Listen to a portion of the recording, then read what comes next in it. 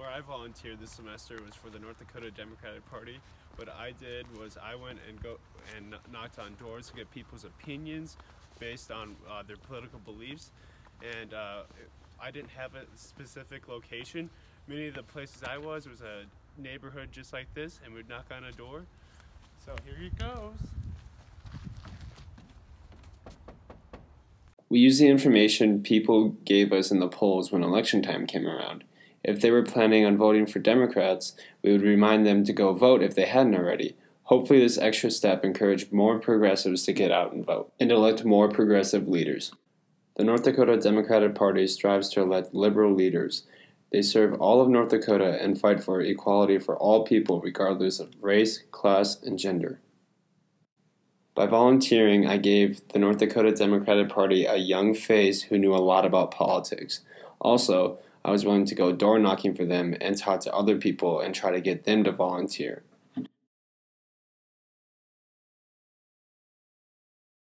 To our neighbors, I was able to multiply my thoughts, ideas, and beliefs into many volunteers.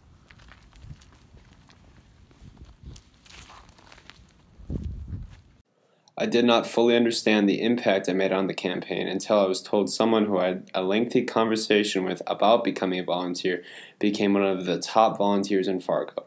Hopefully, he was able to convince someone else to become a volunteer as well.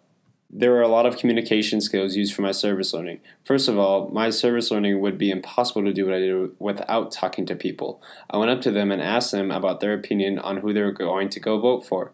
I have little doubt my service learning has made me more of an extrovert. By going to talk to people who I'd never met, I got rid of some of the cautiousness I had about talking to complete strangers. After talking to an abundance of people, I realized how easy it is to strike up a conversation with someone I had never met before. When I first started going door to door, I was nervous. However, after many hours, I found myself getting less and less worried about each individual interaction. That is what interacting with hundreds of strangers will do. My communicational skills from my service learning became enhanced once I started to incorporate some of the lessons taught in Communication 216 while I was volunteering. Haptics refers to touch-by communication. I had the opportunity to use haptics only a few times while I was volunteering because I was mostly speaking. Because of the amount I was volunteering, I was offered the opportunity to meet Joe Biden when he came to Fargo. Because politics is a career field I want to get into, when I had the opportunity to meet the former Vice President of the United States, I went in with a firm handshake because it seemed the most professional. I use proxemics a lot more because it's more relevant to my service role. Proxemics is a distance in which we communicate away from each other. I tried to stay within the 4 to 12 foot area where I could still be social with the other person. There's research which has been done which says we have gotten the idea of proxemics from other animals. I often gave the people I was talking to a lot of space to let them know I was not a threat. Animals often act on instinctual fear about danger and potential threats. I had previous experiences where I accidentally threatened smaller women because of my height. I could see their point of view. When there's a large stranger on your front door, certain people may be intimidated.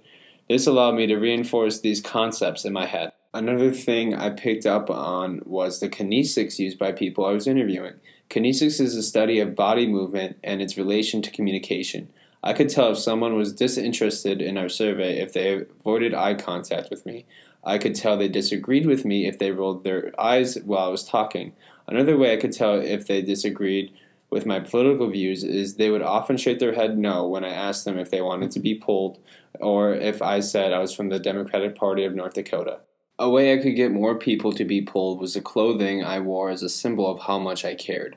A symbol is something that stands for something else to someone in some respect. Research tells us clothing is a medium in which to form different impressions on the basis of a different situation and achieve a certain purpose. I tried to dress business casual to garner some initial credibility compared to if I wore sweats. If I wore sweats, many people would probably think I didn't really care about my cause. But by putting a little bit more effort into it, it became a symbol that what I was doing at their doorstep was important to me.